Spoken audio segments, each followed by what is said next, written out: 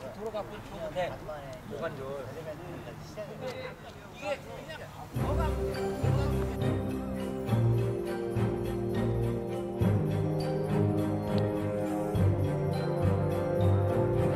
미륵사지터에 자리하고 있는 국보 제11호인 익산 미륵사지석탑은 미륵사지서원에 위치한 탑으로 본래 9층이었을 것으로 생각되지만 절반 이상 붕괴되어 6층까지 일부가 남아있던 것을 일제가 1915년에 콘크리트로 보강하였다.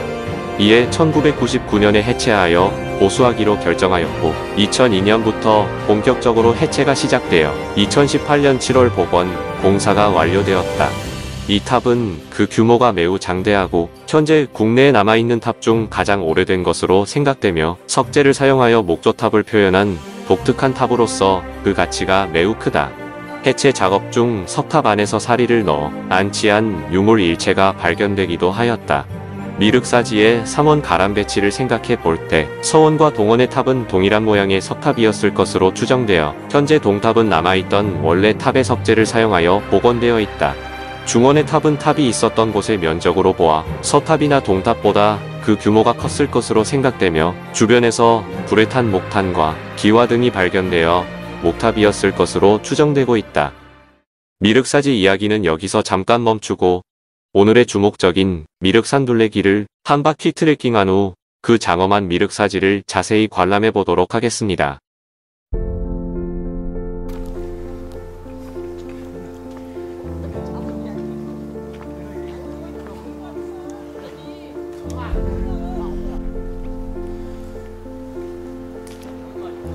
익산은 유네스코 세계유산을 품고 있는 깊은 역사와 수많은 이야기를 담고 있는 멋진 도시입니다.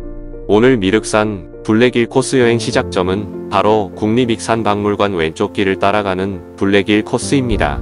국립익산박물관은 2020년 개관한 우리나라 13번째 국립박물관이라고 합니다. 세계문화유산 미륵사지에서 출토된 문화재를 체계적으로 보존, 연구, 전시하기 위해 설립되었다고 하네요. 국립익산박물관은 익산의 대표 여행지이면서 복합문화공간으로 자리잡고 있다고 합니다. 2022년에는 어린이박물관도 개관을 해 종합교육시설로 성장해 나가고 있다고 합니다. 우리가 가려고 하는 둘레길은 미륵사지에서 구룡마을로 이어지는 미륵산둘레길 2코스 같습니다. 익산에서 걷기 좋은 길로 유명한 코스라고 하는데 신기하게도 마주치는 사람이 거의 없네요.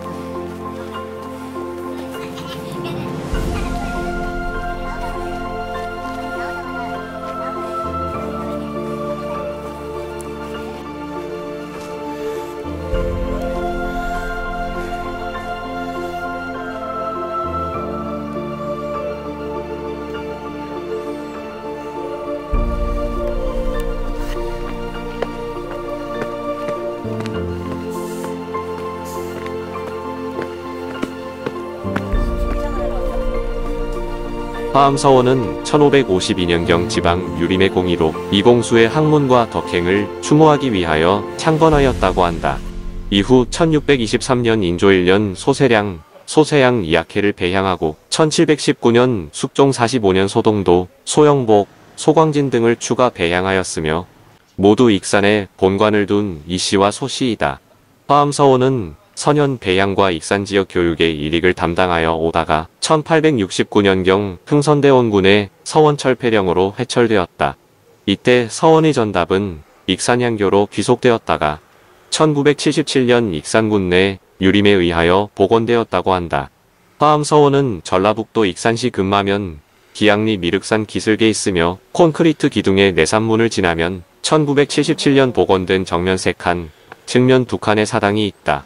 사당 옆에 강당이 있었으나 붕괴되었다고 하며 주위에는 대나무 숲이 무성하여 외부에서는 잘 보이지 않는다. 화암서원에서는 매년 2월 중정도 번제정일과 8월 중정에 향사를 지내고 있으나 현재는 재정상의 문제로 봄에만 지내고 있다고 한다. 재산으로는 대지와 전답 4,000제곱미터 1,200여 평 등이 있다.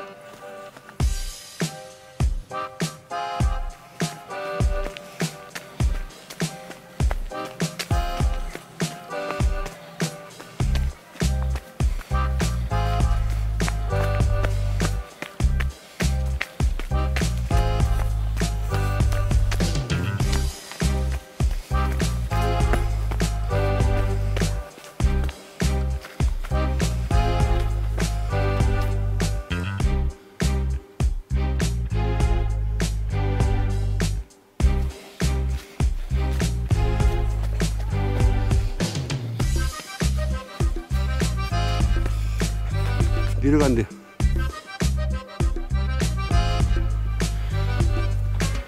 연사 같은 거 한번 찍어도 되겠다.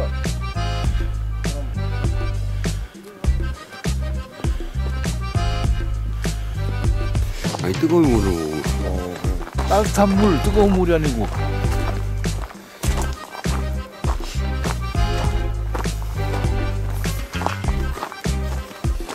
여름에 걸으려면 덥겠는데? 나무를 더 키워야 되겠는데?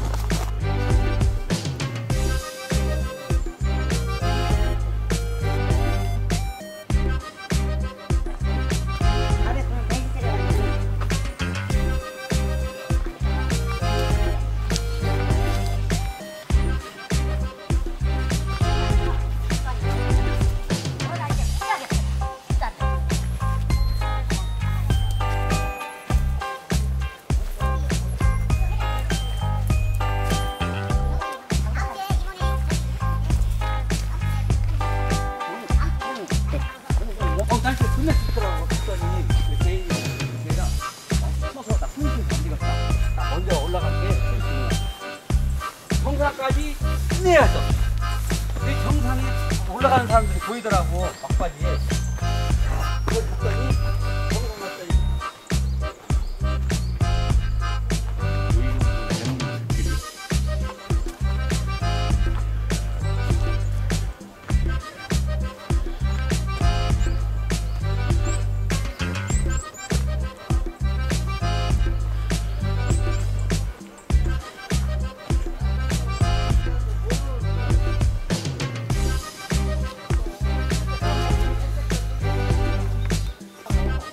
전북과학고등학교를 지나 길을 걷다 보니 예쁜 사찰 같은 기와집이 눈에 들어옵니다. 바로 화산서원입니다. 화산서원은 1662년 현종 3년에 사액서원이 되었으며 사계 김장생과 그 제자 우암 송시열의 위태를 모시고 있다고 합니다. 대원군의 서원철 폐령과 전쟁으로 소실되었으나 1968년 익산 팔봉의 유림들이 주축이 되어 중건되었다고 합니다. 다시 익산 미륵산 둘레길을 따라 발걸음을 옮겨봅니다. 메마른 듯한 숲길이지만 푸른 소나무들을 지나칠 때면 역시 상록수의 싱그러움을 느끼게 되니 트레킹이 즐겁습니다.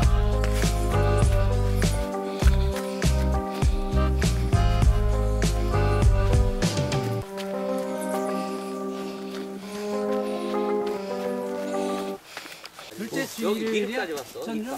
전종이 12일날. 12일날. 우리하고 따버리네. 둘레길에 둘째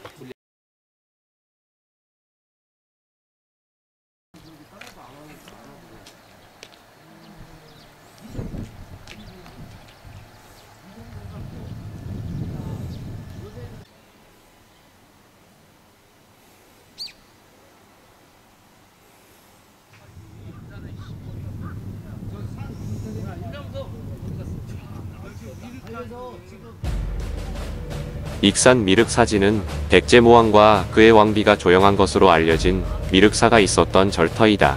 최근 익산 미륵사지 석탑의 해체 보수 작업 도중에 석탑 내부에서 사리장엄구가 출토되어 미륵사의 건립에 관한 중요한 사실들을 알려주고 있다고 한다. 미륵사는 동양 최대라 일컬어질 정도로 거대한 규모를 자랑하는 백제의 사찰이었다. 그러나 삼국사기에는 미륵사의 창건에 관한 기록이 보이지 않으며 719년에 미륵사에 벼락이 쳤다는 기록만 확인된다. 미륵사의 창건에 관한 기록은 삼국유사에만 보이는데 그 내용을 정리하면 다음과 같다. 어느 날 무왕이 부인과 함께 사자사에 가려고 용화산 밑에 큰 못가에 이르니 미륵 삼존이 못 가운데서 나타나므로 수레를 멈추고 절을 올렸다. 부인이 왕에게 이곳에 큰 절을 지어달라고 청하니 왕이 허락하였고 지명법사가 신비스러운 힘으로 하룻밤 사이에 산을 무너뜨려 못을 메우고 평지를 만들었다. 이에 전과 탑과 낙무를 각각 세 곳에 세우고 절 이름을 미륵사라고 하였다. 위의 미륵사 연기 설화에는 사실로 믿기 어려운 내용도 있지만 전 탑 낙무를 각각 세 곳에 세웠다는 것은 미륵사지의 발굴 조사 결과와 일치하기도 하는 등 실제 사실을 반영하는 내용도 분명히 존재한다. 따라서 무왕의 왕비가 미륵사 창건을 발언하였다는 것도 사실일 가능성이 있다. 이와 관련하여 삼국유사에는 무왕과 관련하여 주목할 만한 내용이 기록되어 있다. 무왕의 아버지는 모세 용왕이고 때를 내어 신라 진평왕의 셋째 딸인 선화공주와 혼인한 후 사람들의 인심을 얻어 백제의 왕이 되었다는 것이다. 따라서 지금까지 절을 세울 것을 단청한 무왕의 왕비는 선화공주일 것으로 생각되어 왔다.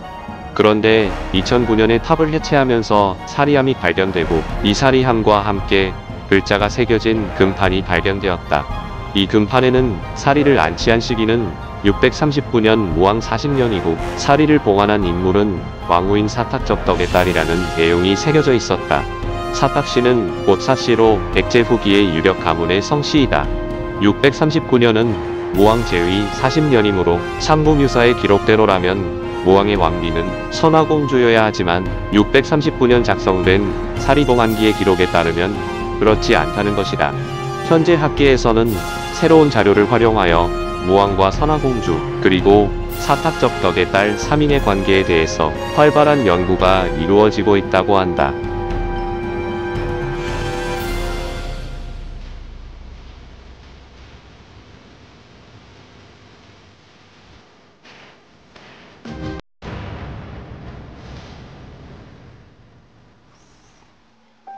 미륵사지는 전라북도 익산시 금마면에서 익산시 함여릅을 잇는 도로변의 평탄한 대지 위에 자리 잡고 있다.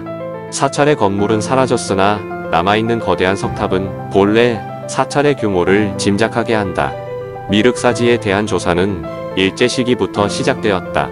1910년에 후지시마 가이시로에 의해 간략한 조사가 이루어졌고 1915년에는 반쯤 붕괴되어 있던 석탑을 콘크리트로 보강하였다. 그러나 본격적인 조사는 1974에서 75년에 원광대학교 마한 백제문화연구소의 동탑지 조사에서 시작되었고 1980년부터는 국립문화재연구소에서 전면적으로 발굴 조사를 실시하였다. 조사 결과 미륵사의 독특한 사찰 구조와 그 규모에 대해서 자세한 정보를 얻을 수 있게 되었다. 탑, 금당, 강당 등 사찰의 중심부를 형성하는 건물의 배치를 가람 배치라 한다. 미륵사의 구조에서 가장 눈에 띄는 특징은 3탑 3금당의 가람 배치이다. 1910년 후지시마 가이시로는 미륵사의 구조를 품자 형태라고 하였으나 실제로는 탑과 금당을 갖춘 가람 3개가 평면상에 나란히 배치된 형태로 밝혀졌다. 3개의 가람들은 회랑으로 서로 이어지고 강당을 공유하고 있어 전체를 하나의 사원으로 볼 수 있다. 1탑 플러스 1금당을 하나의 원으로 하여 동원, 중원, 서원의 구조를 갖추고 있다. 일제 시기 콘크리트로 보강한 탑은 서원의 석탑이고 동원의 탑지가 1974에서 75년에 조사된 것이다. 현재 남아있는 당간지주가 있는 곳은 삼원의 앞쪽 구역이다.